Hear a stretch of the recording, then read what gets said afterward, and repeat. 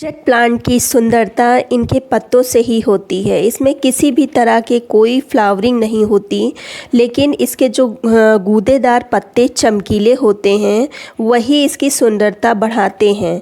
कभी कभी इन पत्तों की जो चमक होती है वो चली जाती है, सुकड़े सुकड़े पत्ते हो जाते हैं और यही पत्ते आगे जाके पीले होके झड़ने लगते हैं। तो ये सब क्यों होता है, इसका क्या इलाज है, तो आज के इस वीडियो में रहेगा। तो चलिए शुरू करते हैं। Hello everyone, welcome to Meha's wonderful garden. सबसे पहले जो मैंने पिछले वाले वीडियो में आपके साथ इसकी कटिंग लगाई थी टोपियारी बनाने के लिए, उसका रिज़ल्ट देखिए। मुश्किल से अभी 15 दिन हुए होंगे कटिंग लगाए हुए, और इनकी चमक देखिए। आपने अगर वो वीडियो देखा होगा तो आप पहचान गए होंगे। जितनी कटिंग लगाई थी शायद एक फेल हुई है, जो शायद गल गई है, और बाकी सारी कटिंग लग चुकी हैं। बस ये देखिए, ये थोड़ी सी कटिंग फेल हुई है और सारी कटिंग लग चुकी हैं। देखिए, इस मौसम में कटिंग लगाने का ये होता है रिज़ल्ट, और ग्रोथ भी बहुत ही अच्छी हो रही है। तो ये थोड़ा सा ऊपर और ग्रोथ कर लेगा, पत्तियाँ आ जाएंगी, तब मैं इसको थोड़ा सा टाई करना स्टार्ट कर दूँगी, और बहुत ही आसानी से जेट प्लांट की टोपियारी बन जाती है। तो ये चीज़ आप भी ट्राई करिए, बहुत ही अच्छा रिज़ल्ट इसका मिलता है। तरह तरह की टोपियारी बहुत ही सुंदर देखने में लगती हैं। वैसे मैं सच बताऊं तो जेट प्लांट की जो नेचुरल ग्रोथ होती है वो मुझे बहुत ही ज़्यादा अट्रैक्ट करती है, लेकिन एक दो ट्राई कर रही है। और एक चीज़ और है कि कमेंट में किसी ने मुझसे इसकी कटिंग मांगी थी, तो अगर आप आस पास में रहते हैं तो मैं तो इसका पूरा प्लांट दे दूँ आपको, क्योंकि इसकी कटिंग इतनी जल्दी लगती है। अगर ये जैसे मैं पिंचिंग करके इसको मैं कंपोस्ट में भी डाल दूं तो कंपोस्ट में इसके प्लांट तैयार हो जाते हैं। फिर एक बार जब प्लांट तैयार हो जाते हैं तो उनको फेंकते नहीं बनता। ऐसे ही मेरे पास कई प्लांट ऐसे हो गए हैं। तो अब मैं इसकी संख्या को नहीं बढ़ाना चाहती, क्योंकि इतना मेरे पास स्पेस नहीं है। तो अगर कोई लेने वाला हो जेट प्लांट तो मैं तो पूरा प्लांट ही दे दूं, लेकिन दूं कैसे, ये अब बात कर लेते हैं इनकी केयर की। पहले तो हम ये समझ लेते हैं कि ये प्लांट बिल्कुल भी इंडोर नहीं है, क्योंकि बहुत सारे कमेंट्स आते हैं कि इसको कहाँ रखें, अंदर कमरे में रखें कि बाहर धूप में रखें। तो एक चीज़ क्लियर कर दूं कि ये बिल्कुल भी इंडोर प्लांट्स नहीं है। यहाँ तक कि इसको अगर आप सेमी शेड में भी रख देते हैं तो वहाँ पर भी ये जो ग्रो तो करता रहेगा, लेकिन पत्तों पर चमक उतनी अच्छी नहीं आएगी जितनी फुल सनलाइट में आएगी। यहाँ तक कि दो पत्तों के जो बीच की दूरी होगी वो भी ज़्यादा होगी, बीच का जो डिफरेंस होगा दो पत्तों के बीच में वो ज़्यादा होगा।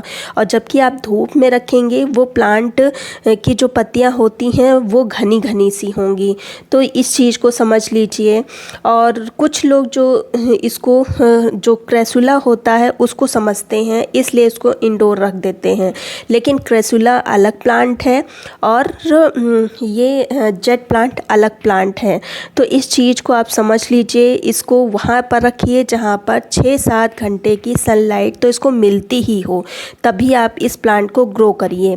फिर और दूसरा जो बहुत ही जो कॉमन कमेंट है, अक्सर ही मेरे वीडियो पर आ रहा है कि मेरे जेट प्लांट की पत्तियां पीली हो रही हैं। तो इसके बारे में मैं कई बार बता चुकी हूँ।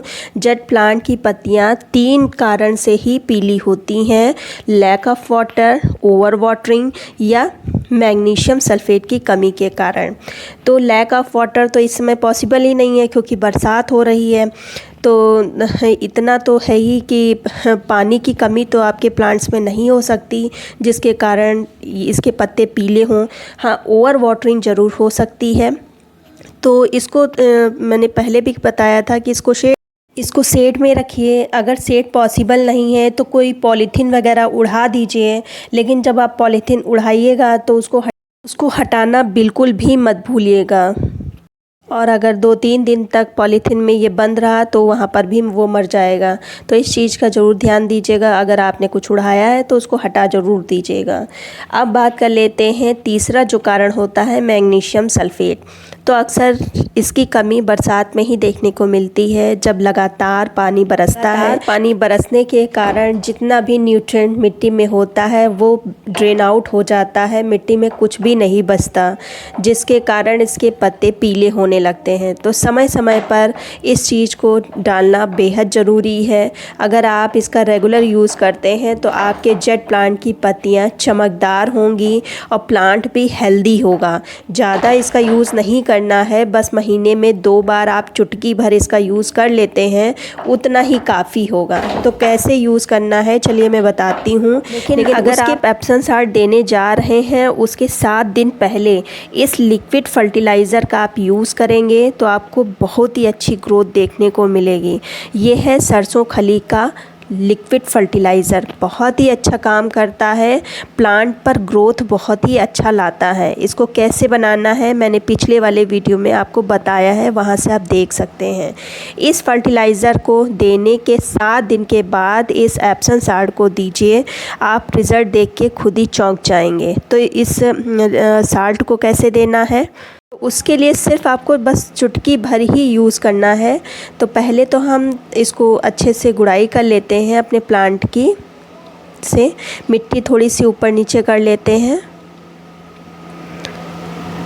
से, अच्छे से थोड़ा थोड़ा कर लेते हैं। और मिट्टी देखिए हल्की सी मॉइस्ट है क्योंकि रेगुलर बारिश हो रही है, बस आज ही थोड़ा सा बंद हुआ है तभी मैं ये वीडियो शूट कर रही हूँ। और देखिए कितना लेना है, बस इतना सा ही लेना है। चूँकि मेरी तरफ पानी बरस रहा है तो मैं इसको घोल के नहीं दे रही हूँ, मैं सूखा सूखा ही दे रही हूँ। और अगर आपके यहाँ ड्राई है मौसम, मतलब पानी नहीं बरस रहा है, तब आप इसको घोल के भी दे सकते हैं और इनके पत्तों पर भी स्प्रे कर सकते हैं। बहुत ही अच्छा रिज़ल्ट आपको देखने को मिलेगा। तो ये सब चीज़ें आप अपने प्लांट्स पर करिए, बहुत ही अच्छा रिज़ल्ट मिलेगा। इनकी ये जो पत्तियाँ हैं इनमें चमक इसी के द्वारा आती है। तो ये सब चीज़ें आप करते रहिए, रिज़ल्ट अच्छा मिलेगा। उम्मीद करती हूँ वीडियो अच्छा लगा होगा। अगर अच्छा लगा है तो लाइक कर दीजिए, सब्सक्राइब कर लीजिए। मिलते हैं फिर किसी वीडियो में नई जानकारी के साथ, तब तक की गुड बाय।